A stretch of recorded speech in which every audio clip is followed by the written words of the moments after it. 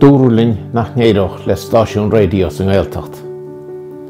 Ach tá sé Beo agus Bródúil le os cinn ráscór bliain. Dúrachling nach meach stáisiún telefíse Gaeilge riamh.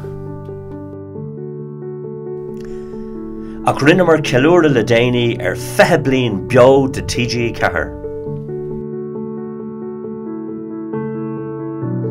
Dúrlinn nach meach ardán go Gaeilge an tanga scríofa is sinne in Iarthair na Heorpa mar hanga ifigúil san Aontas Eorpach a riamh.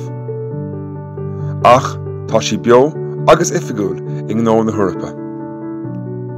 Deirtar nach bhfuil ach Gaeilgeaí ag an phobal ó thuaidh agus gur habé atá sé. Ach is íon cés fios mó sa phobal le bliana nús. Deirtar nach gluistear an Gaeilge sa chathair. Tá sí beann seo, gus tá fáilte ráid bheith ling.